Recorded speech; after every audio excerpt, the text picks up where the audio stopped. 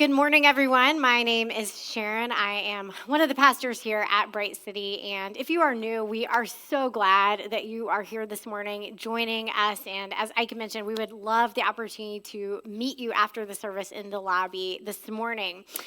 But this morning, we are kicking off a new series for the new year because this is a time of year when people are thinking about resolutions and how they want to be more intentional in 2025. We thought we would kick off this year with a sermon series that is practical and helpful by looking at the Book of Proverbs. And we are calling this series Life Hacks. Now, if you're not familiar with this term life hacks, I imagine most of you are. The term life hacks, it refers to simple strategies for making life easier. So let me give you just a couple examples from my own life, from our own family. One life hack that Ike and I used to use when the kids were little was when we would travel and we were in that stage where our kids were transitioning into their big boy bed or their big girl bed, and we couldn't bring those rails with us in the car. And so what we would do instead is we would bring pool noodles and we would put those pool noodles underneath the mattress covers, and that would keep them from falling out of the bed. So for those of you who have kids that age, that's for you. Another life hack that I still use regularly, which interestingly is also travel related, is that I travel a lot. And so when I am staying in a hotel and I just can't get the curtains to close all the way, and there's that little crack that I know in the morning the sun is going to shine through and shine directly on my face and wake me up, what I do is I take the pants hangers out of my closet and I clip the curtains together. So those are just two examples of what life hacks are if you are not familiar. But in preparation for this series, I started perusing the internet, looking for other life hacks to share with you. But as I got into it, I realized that what would be a lot more fun than sharing with you the great life hacks that I found would be sharing some of the worst. And so that is what I want to do this morning, is to kick off 2025 by sharing some of these aren't necessarily the most flagrantly bad, but these were just personally my favorite bad life hacks that I found on the internet. Starting with Exhibit A. So this one says, using your turn signal actually can help other drivers know which direction you plan to go and makes driving safer for everyone. So I wanted to start out with this one because, not a life hack. This is just how you get your driver's license. And I am a little concerned that the person who submitted this thought that this was a big discovery that they had made. And I'm curious how they had been driving up until that point. The second one is a social life hack and starts really interestingly. It says, if you've forgotten an acquaintance's name, just ask them what their name is, which starts out really strong. That's just good social, don't know someone's name, just ask them what their name is. After they tell you, say, no, your last name. Works like a charm, and they never suspect a thing. My favorite thing about whoever submitted this as a life hack is that this person thinks this is a normal human interaction. That you approach someone, you don't know their last name, and so you ask them, what's your name? As if that's a normal way to ask for someone's last name, and also just a foolproof plan of learning their name. The third one has to do, this one I will say also, it created a little bit of controversy amidst our staff. It has to do with those ketchup cups that you have at restaurants. This life hack says that you should unroll the rim of those cups to increase its capacity. And to my mind, this is not a life hack, because what they are suggesting is that you take the time to gingerly unroll with your fingertips the edge of this in order to give yourself, maybe a fifth more ketchup, instead of just reaching over, picking up a new one, and getting more ketchup that way. That said, I discovered this week that we do have at least one person on our staff who does this and who swears that it actually doubles the capacity of the cup. And so I'm going to give you an assignment in 2025 is for everyone to go out and to try this and then report back and let me know if this is in fact a life hack. Number 4, this is my personal favorite. It says, yell at your vacuum cleaner to get your dog to stop barking at it. So this one raises a lot of questions in my mind. A, does it work? And B, if it does work, why does it work? Like if your dog is barking at your vacuum cleaner and then you start yelling at it, are you communicating to your dog, I've got this? Like the threat is neutralized. Like I don't understand what this is communicating to your dog.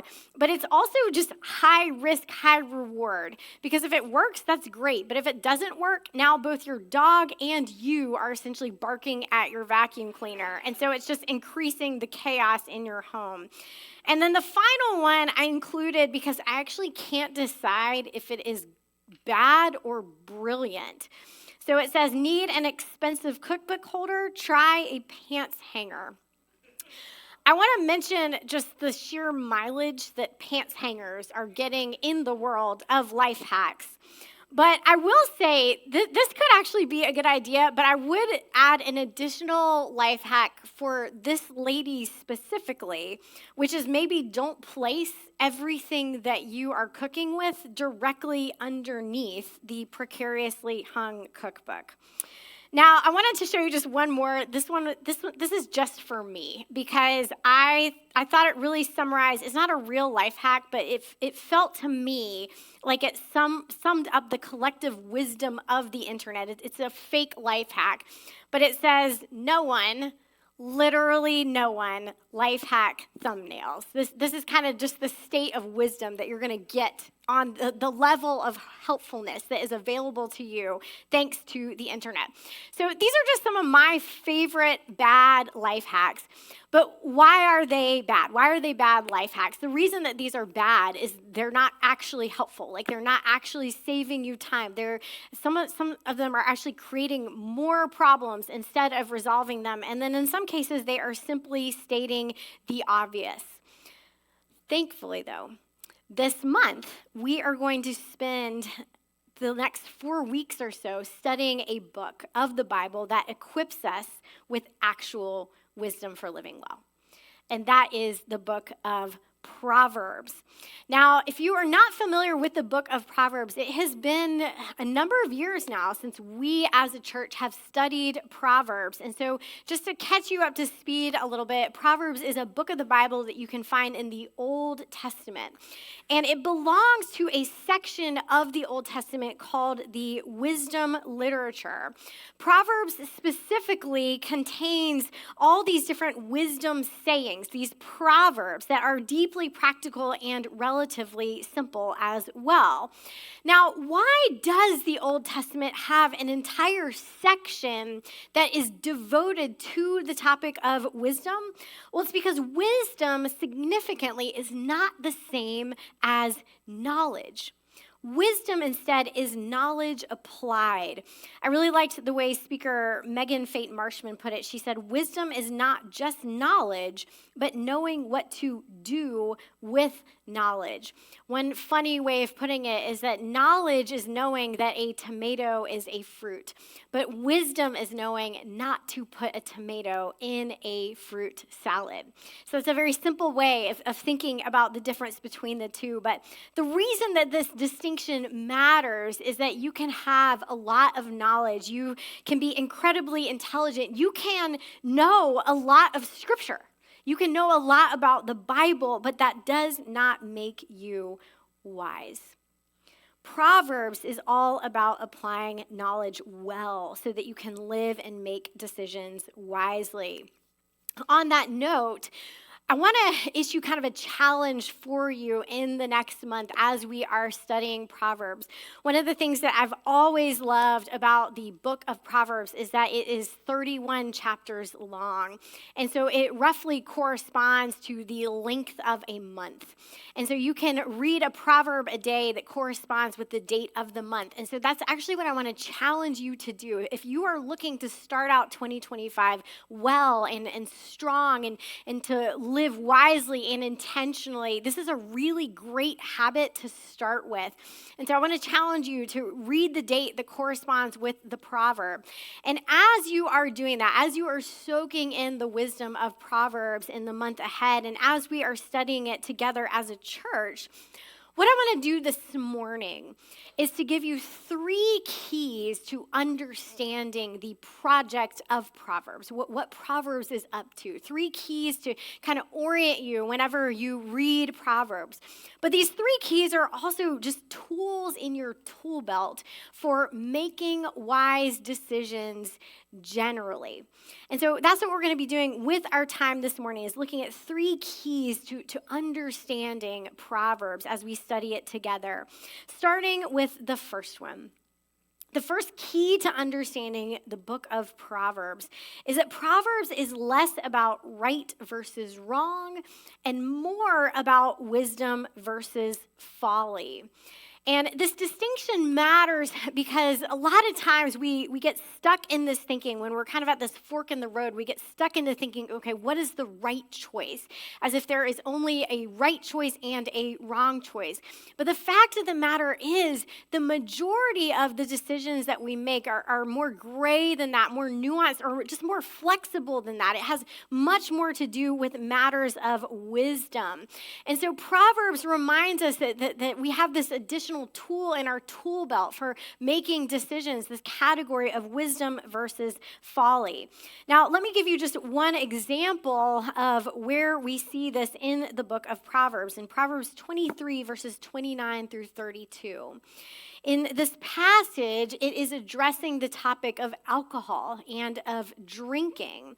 And I want you to pay attention to how Proverbs approaches this topic. This is what it says. Who has woe?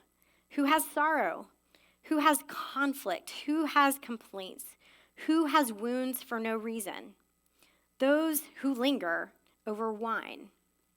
Don't gaze at wine because it is red, because it gleams in the cup and goes down smoothly. In the end, it bites like a snake and stings like a viper. Now, I want you to notice what this passage is not saying. It's not saying that all alcohol is bad. It's not saying that you should never drink. Instead, it is warning against having a particular relationship with alcohol. It is a warning that it is foolish to run to alcohol as an escape. It is foolish to run to alcohol in order to numb. And so much of Proverbs is dealing in that level of nuance, where it's not just saying this is bad, never touch it. It's giving you wisdom on how to handle different areas of your life. And so as you're reading through Proverbs, there's these other areas that aren't right and wrong necessarily, but that Proverbs is going to guide you. Areas such as who to date, who to marry. This isn't necessarily an issue of right and wrong. It can be, but more often it's more about what are your motives for dating this person? Are your motives wise or foolish? Same with your group of friends. Maybe the people that you spend the most time with, maybe it's not necessarily wrong that you're spending time with them, but is it wise? Are these people the best influence on your life? Proverbs is going to guide us in issues of how we spend our money, how we spend our time. So many of these are not black and white issues, but matters of wisdom. And so Proverbs has guidance as we discern these matters. It helps us not simply to ask, is it sin, but is it wise? So that's the first key to understanding Proverbs, is that it's not simply dealing in right and wrong, but wisdom versus folly. The second thing to understand about Proverbs is that Proverbs is about general rules, not exceptions. Proverbs is full of truly like biblical life hacks because it teaches us how to live with the grain of the universe as God designed it. but it does not account for every conceivable scenario. Just to give you one example of this from Proverbs, in Proverbs 15:22, it says, "Plans fail when there is no counsel, but with many advisors, they succeed." This is a general rule. What it's saying here is that in general, it is wise when you are making a decision. It is wise to seek counsel, to talk to people who know you and who know Jesus and who know his word and who you know to be discerning and godly, and to listen to them and to be teachable. But what it is not saying is that you should never, ever make any decision without asking somebody else. Nor is it saying that if you do make a decision without asking somebody else, that it will 100% definitely fail, because this is a general rule that does not account for every single exception. And this is true of Proverbs in general. It is full of advice that in general is going to make your life go better if you honor it.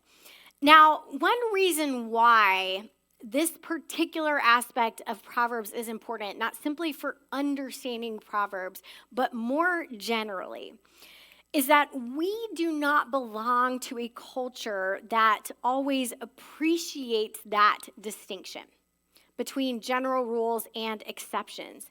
We belong to a culture very often that operates under the assumption that exceptions actually rewrite the rules.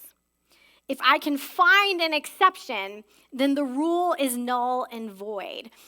And this is the reason why social media often makes me want to tear my hair out, because you can see this most clearly, this whataboutism that you find on social media, where you could say something like, the sky is blue, and people are going to say, well, sometimes it's orange.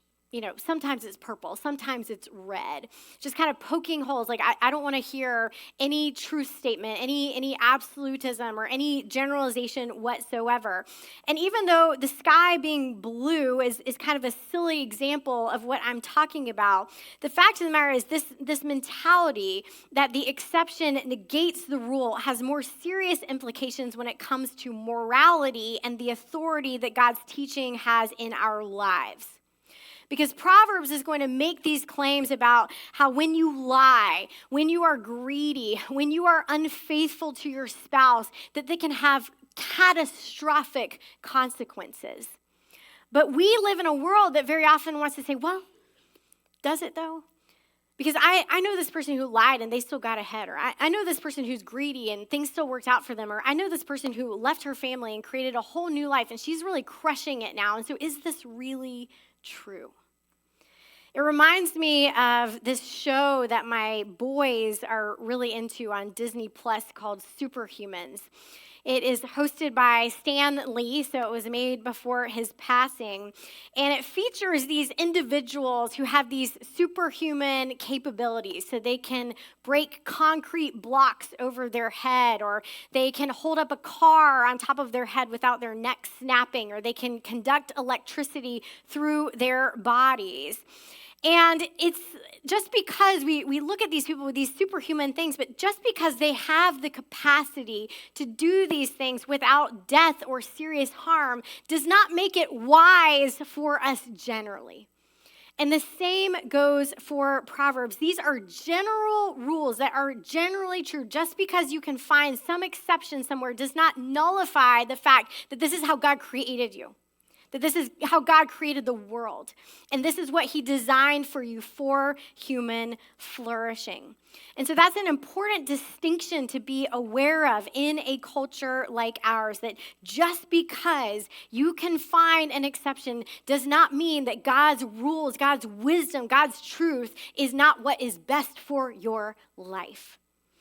So that's the second thing to understand about Proverbs. And then the third and final thing to understand is sort of a flip side of the second, which is that Proverbs is about principles, not promises. This book is not about guarantees.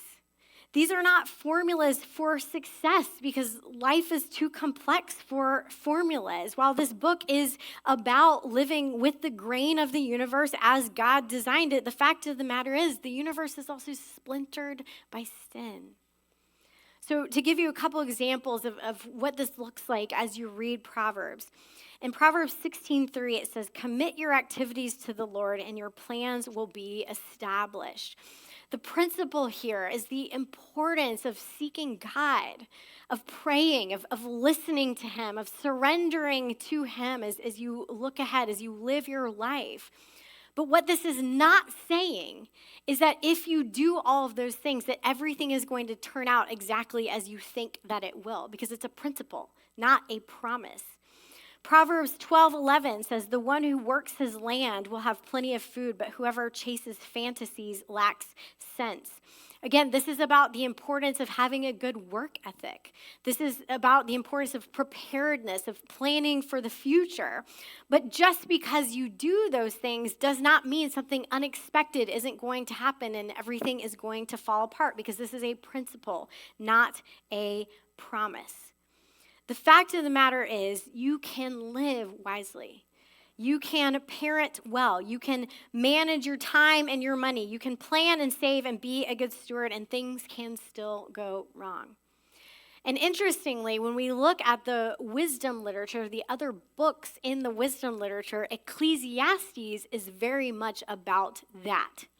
It's about when things don't play out as you think that they will. It's about those exceptions instead of the rules. But when the principle doesn't bear out the way that we think that it will, it doesn't nullify the principle.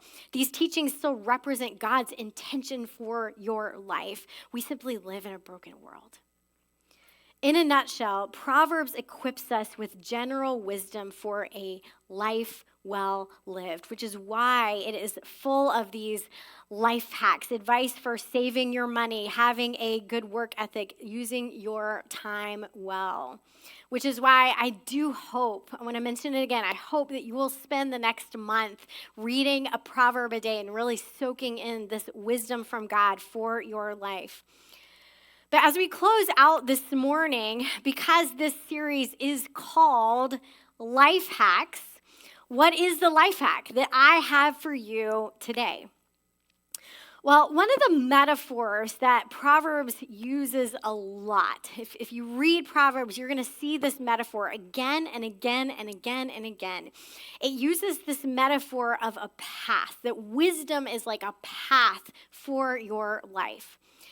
And this metaphor matters because this is not often the metaphor that we are using when we make decisions.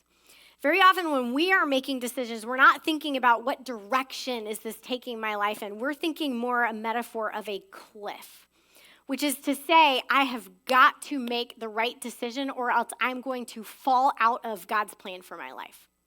Or worse, if I make a mistake, I'm going to fall out of his grace. And so this metaphor of the cliff that we don't even realize that we are working with, it makes decision-making feel so stressful, so agonizing. And thankfully, Proverbs does not think that way. Instead, it describes wisdom as a direction that you are headed in. Proverbs 4:11 says, "I am teaching you the way of wisdom. I am guiding you on straight paths." And what Proverbs goes on to say is that wisdom, wise decisions set you on a path toward life, whereas foolish decisions set you on a path toward destruction and death.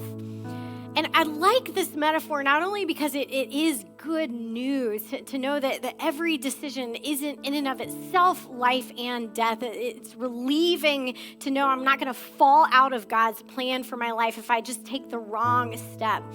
But this metaphor is also brilliant because what it does is it makes sense of why when we make bad decisions, we don't always see immediate consequences, or when we make good decisions, why we don't always see immediate benefit. Because we have this strong language throughout the Bible about the consequences of the decisions that we make, and yet very often we don't see those decisions right away. Proverbs makes sense of this by saying the reason why you don't see those consequences is you're still in the middle of the path. You haven't found a loophole. You just haven't gotten to the destination yet. And so again and again, Proverbs is going to ask us a very different question. Not is this decision right or wrong, but where is it headed? Is it setting you on this path towards life and flourishing as God defines it? Or is it directing you towards folly and self-destruction? That said, with that in mind, with that metaphor in mind, the entirety of the book of Proverbs can actually be summed up very simply. There is actually a life hack to the whole book of Proverbs. And so I'm just going to go ahead and give it to you now. Like at the beginning of the sermon series, this is the life hack for Proverbs. And it comes to us from John 14:6, where Jesus says, I am the way, the truth, and the life. No one comes to the Father except through me. What Jesus is saying here is, I am the path.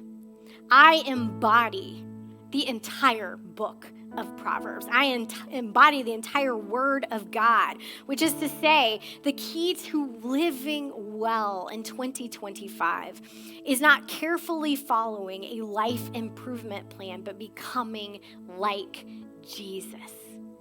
If we want to know what it looks like to live wisely, we look to Jesus. If we want to know how to set our feet on the path that leads to life, we follow, we cling to, we become like Jesus. And friends, this is why the tagline of Bright City Church is helping people take their next step toward Christ. Because I can stand in front of you and I can give you all these practical tips, but they lack power without the power of Jesus. At the end of the day, we are not signing up for a life improvement plan. Everything that we need is in him already. And so what I want to do right now is give us a little bit of time to reflect on this. I'm going to invite our prayer team forward. And if you are in a season where you are needing wisdom, maybe you've been thinking about it wrongly. You've been thinking in terms of right and wrong and realizing, no, this is just a matter of discernment. I still need the wisdom of God for this. Our prayer team would love to pray over you and to come alongside of you to ask for wisdom from God. You can also take this time to just stay in your seat and to ask God for that wisdom for yourself. But for some of you, I do want to just say that at the end of the day, all of us in this church, we can study Proverbs together. We can study God's word together. We can know how to live. But none of us lacks the power to do all this perfectly. At the end of the day, our hope is in the one who did, the one who embodies the wisdom of God. And so if you have never placed your hope in him, if you have never surrendered your life to him, if you know you have reached the end of yourself, you have tried everything, you've tried to live well, you've tried to fix your life and it has failed, why don't you let Jesus take a shot at it? Say yes to him this morning. I don't know where you are this morning in your need for guidance in 2025. But I want to give you some space now to talk to God about